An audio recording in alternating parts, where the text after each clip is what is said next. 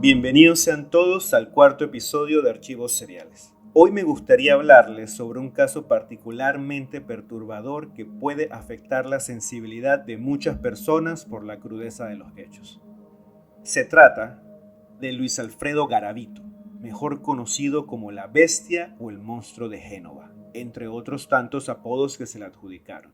Es considerado como uno de los peores asesinos en serie en la historia de la humanidad contemporánea, pues él mismo confesó haber abusado y asesinado brutalmente a 172 menores de edad, aunque se estima que fueron muchos más. Si te da curiosidad de este tipo de contenido, te invito a que continúes escuchando la realidad de este personaje, en donde también estaremos comentando los motivos en torno a su historial mental que lo llevaron a cometer estos crímenes.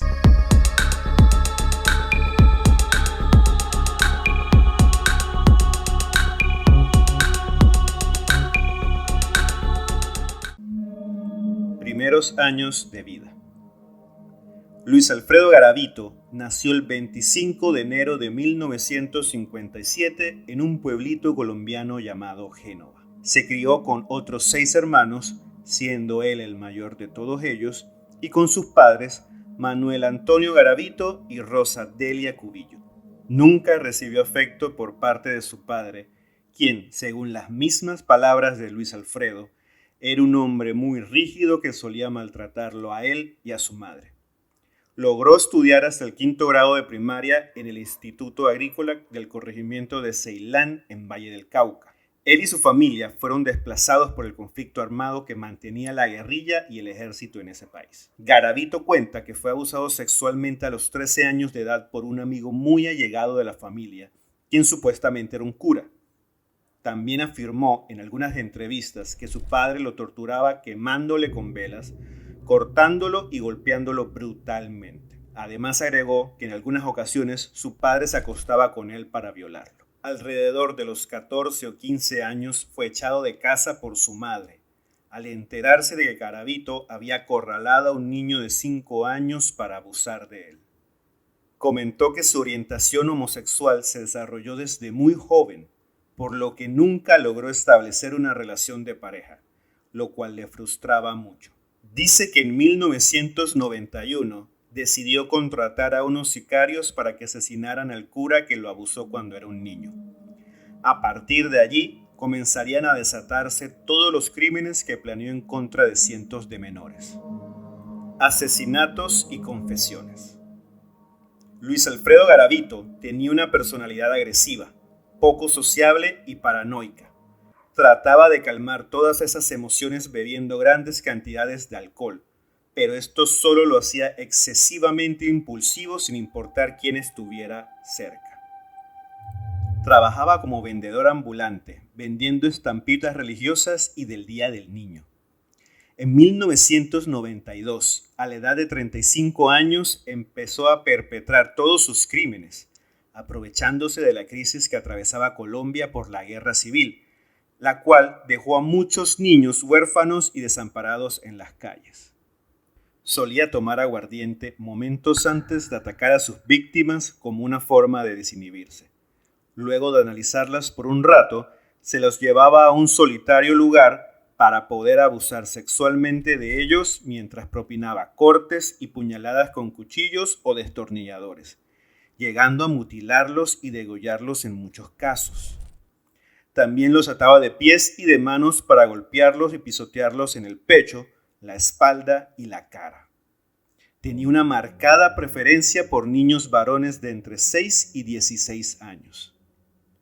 Para evitar que lo descubrieran, cambiaba su aspecto constantemente, haciéndose pasar por cura, granjero, profesor, anciano, etc. Cuando se hablan de los asesinatos protagonizados por la Bestia, se mencionan cifras de entre 142, 172 y más de 200 víctimas. Sin embargo, se estima que pudieron ser más de 300. En las entrevistas, Garavito constantemente se contradice en sus confesiones.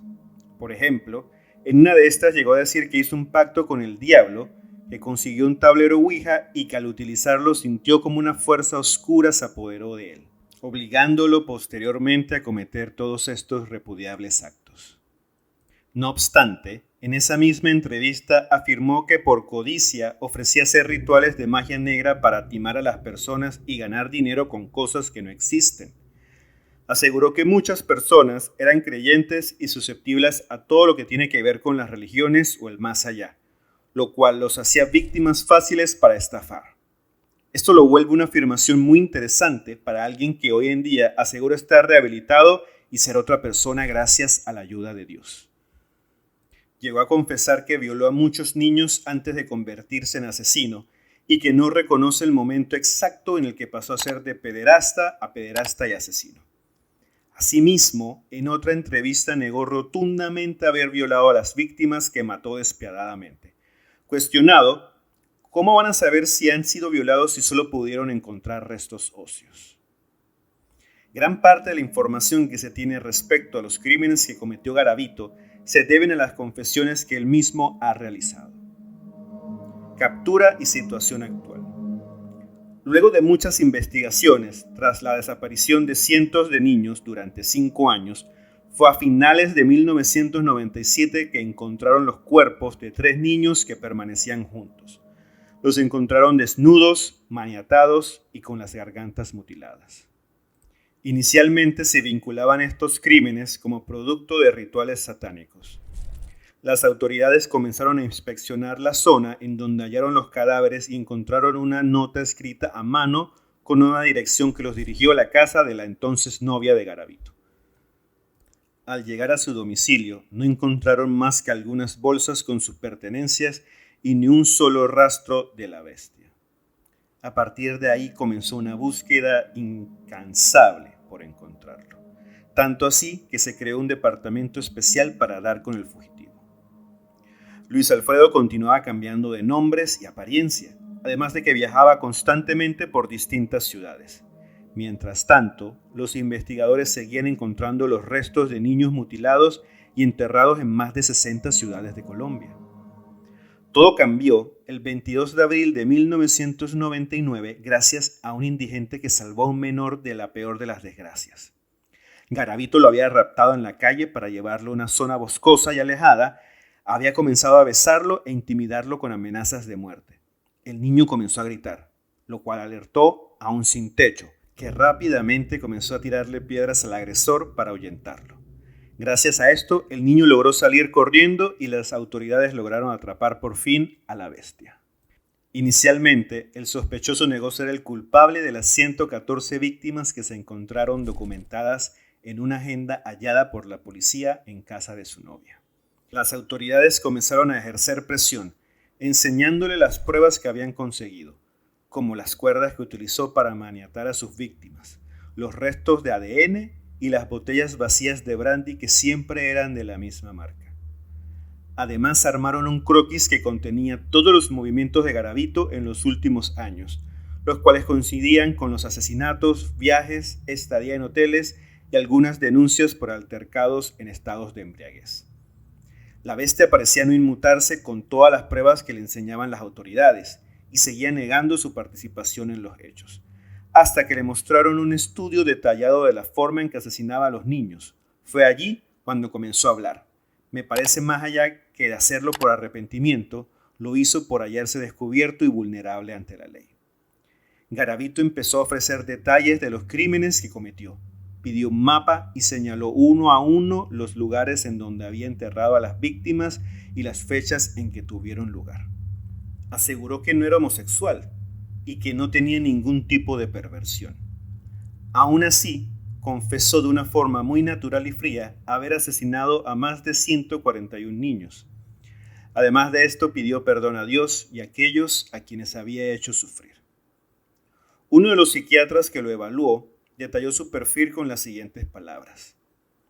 Es un hombre muy peligroso, que finge emociones que no siente, se excita con el riesgo y al que le encanta la sensación de dominio y de ejercer un papel superior. La excusa del alcohol no tuvo cabida para los expertos que le examinaron porque era consciente de lo que hacía.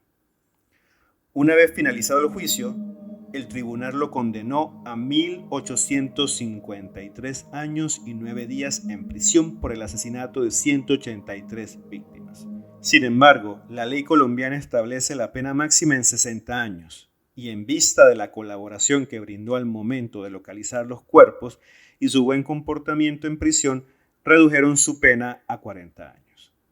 Se ha mencionado que cuando tenga cumplidas las 3/5 partes de su condena, podrá optar por la libertad condicional, lo cual ocurriría en el 2023. Luis Alfredo Garavito se encuentra recluso en una celda alejada de los otros reos.